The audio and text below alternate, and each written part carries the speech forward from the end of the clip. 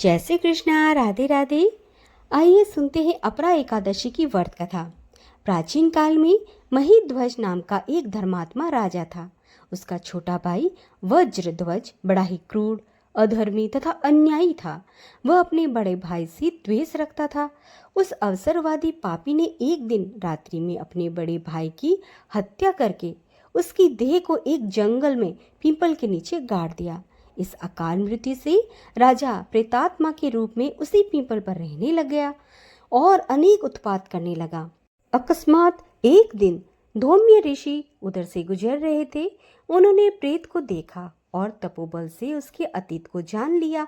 अपने तपोबल से प्रेत उत्पात का कारण भी समझा। ऋषि ने प्रसन्न होकर उस प्रेत को पीपल के पेड़ से उतारा तथा परलोक विद्या का उपदेश दिया।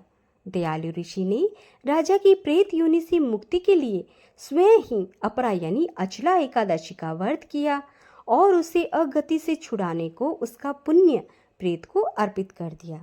इस पुण्य के प्रभाव से राजा की प्रेत योनि से मुक्ति हो गई और वह ऋषि को धन्यवाद देता हुआ दिव्य देह धारण कर पुष्पक विमान में बैठकर स्वर्ग को चला गया।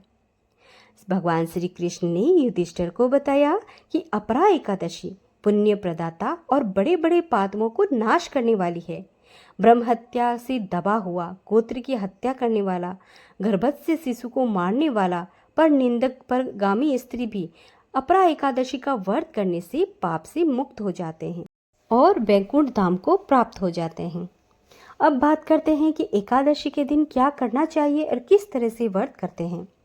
जो लोग किसी कारणवश व्रत नहीं रखते हैं उन्हें भी एकादशी के दिन चावल नहीं खाना चाहिए। पुराणों में एकादशी के व्रत के विषय में कहा गया है कि व्यक्ति को दशमी के दिन शाम में सूर्यास्त के बाद में भोजन नहीं करना चाहिए और रात्रि में भगवान विष्णु का ध्यान करते हुए सोना चाहिए।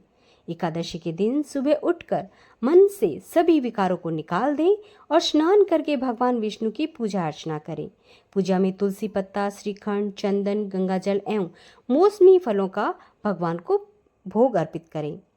व्रत रखने वाले को पूरे दिन परनिंदा, झूठ बोलना, छल कपट आदि से बचना चाहिए। अपना और अपने पूर्वजों का उद्धार कल्याण के लिए और उनकी गति के लिए, उनकी नरक यातना सजा कम करने और खत्म करने के लिए एकादशी का व्रत जरूर करना चाहिए।